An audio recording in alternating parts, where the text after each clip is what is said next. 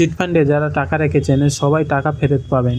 নমস্কার বন্ধুরা, খুবই গুরুত্বপূর্ণ আপডেট। এবার কিন্তু হাইকোর্টের তরফ থেকে বা কোর্টের তরফ থেকে নির্দেশ দেওয়া হয়েছে যে চিটফান্ডের টাকা আপনাদেরকে কিন্তু ফেরত দেওয়া হবে। তার জন্য কিন্তু নির্দিষ্ট একটা ওয়েবসাইট খোলা হচ্ছে, আর সেই ওয়েবসাইট থেকে আবেদন করে আপনারা কিন্তু চিটফান্ডের টাকাটা ফেরত নিতে পারবেন। তো চিটফান্ডের টাকা আপনারা ফেরত পাবেন, কী প্রসেসে আপনাদেরকে ফেরত দেওয়া হবে, তো সেই জন্য বিস্তারিত আজকের এই ভিডিওতে বলে দেবো। তো সেই জন্য ভিডিওটি ভালো লাগলে আমাদের চ্যানেলটিকে সাবস্ক্রাইব অ্যান্ড ভিডিওতে লাইক করে দেবেন, যাতে এরকম নিত্য নতুন ভিডিও সবার প্রথমে আপনি পান। চলুন ভিডিও স্ক্রিনে যাওয়া যাক। দেখুন, এই সংক্রান্ত প্রতিবেদনে বলেছে, দীর্ঘ 10 বছর পর চিটফান্ডের সংস্থা রোজ ভ্যালি প্রতারিত আর আমানতকারীদের জন্য সুখবর। নতুন বছরের প্রথম সপ্তাহে তাদের টাকা ফেরানোর প্রক্রিয়া শুরু হয়ে যাবে। টাকা ফেরতের প্রথম পদক্ষেপ হিসেবে ইতিমধ্যেই বিশেষ ওয়েবসাইট তৈরির কাজ শুরু হয়েছে। জানুয়ারির প্রথম সপ্তাহ থেকে ওই ওয়েবসাইটে আমানতের নথিসহ আবেদন করা যাবে।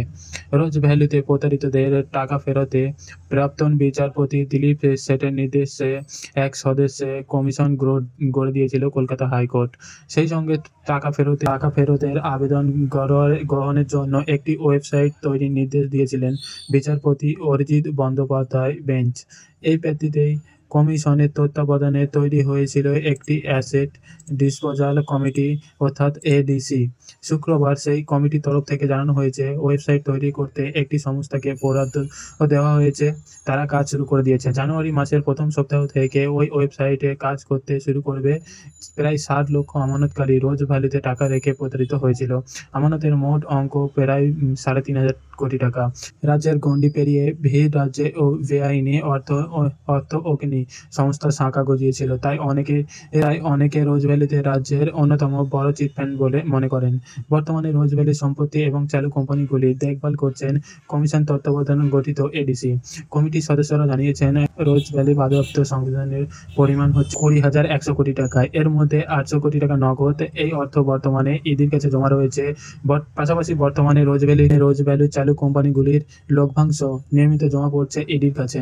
ওয়েবসাইট তৈরি হয়ে গেলে ইডি ওই অর্থ কমিশনকে হস্তান্তর করবেন। তা থেকে ধাপে ধাপে আমানতকারী যারা টাকা রেখেছিল চিটফান্ডে তাদের টাকা ফেরানো হবে বলে জানানো হয়েছে। এডিসি মনে করছে, রোজ ভ্যালির সম্পত্তির যে হিসেব তাদের কাছে রয়েছে তা দিয়ে সহজেই 90% বেশি আমানতকারীর অর্থ ফেরানো সম্ভব হবে।